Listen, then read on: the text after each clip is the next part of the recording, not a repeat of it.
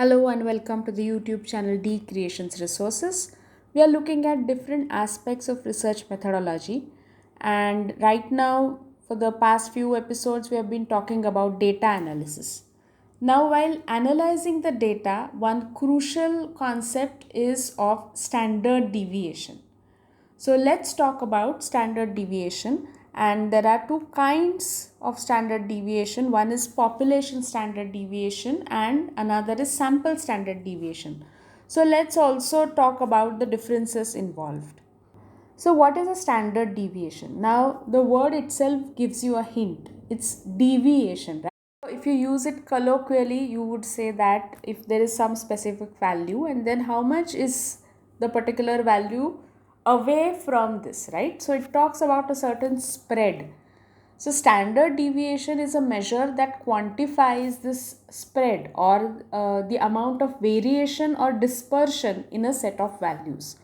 So when you say that the standard deviation is high, it is indicating that the values are spread out over a wider range as compared to standard deviation being low, where the values are close to the mean or the average of the set.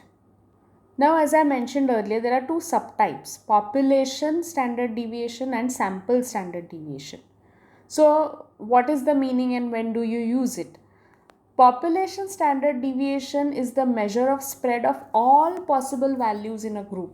So, if you have your particular set where you are going to consider each and every element from that set, then you can use population standard deviation. But sometimes instead of that, only a subset of this particular set is used. So in a way you are sampling it. So that's why here you are going to use sample standard deviation. Population standard deviation is usually denoted by the letter sigma, and it is the square root of the variance. And what is variance? Variance is the average of the squared differences from the mean. Now, since population standard deviation includes all members of the set, it provides a precise measure of spread. Sample standard deviation is denoted by the letter S, and it is also derived from the square root of the variance, but there is one important difference. The variance is divided by the number of sample values minus 1. So if the number of sample values is n, then it is divided by n minus 1 instead of n. This is called Basel's correction, and the logic given is that the answer for sample standard deviation will be more accurate if you use n minus 1 instead of n, because unlike population standard deviation where you were considering all points in the set, so where the answer was anyway going to be accurate, here you are considering only a certain sample. So here the sample is just a small fraction of the population. And if you are taking sample mean instead of population mean, all the points, say xi's from the set, will be closer to this sample mean as compared to what would have been the population mean.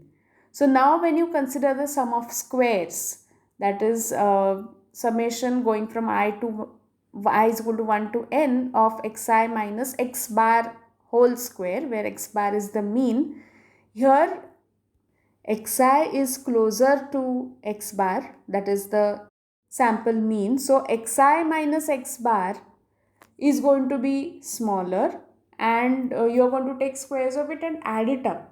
So this entire quantity of sum of squares when the sample mean is considered is going to be smaller as compared to what would have been value if population mean was considered. So this Basel's correction is used. Now, of course, if the sample size is very large and is almost approaching the population, then there is no need to apply Basel's correction. Coming back to research methodology, if you wish to use or if you wish to calculate standard deviation, then if you are considering each and every data point, you can go for population standard deviation. But if you are choosing a small sample size from the large number of data points, then you would need to go for sample standard deviation. Thank you.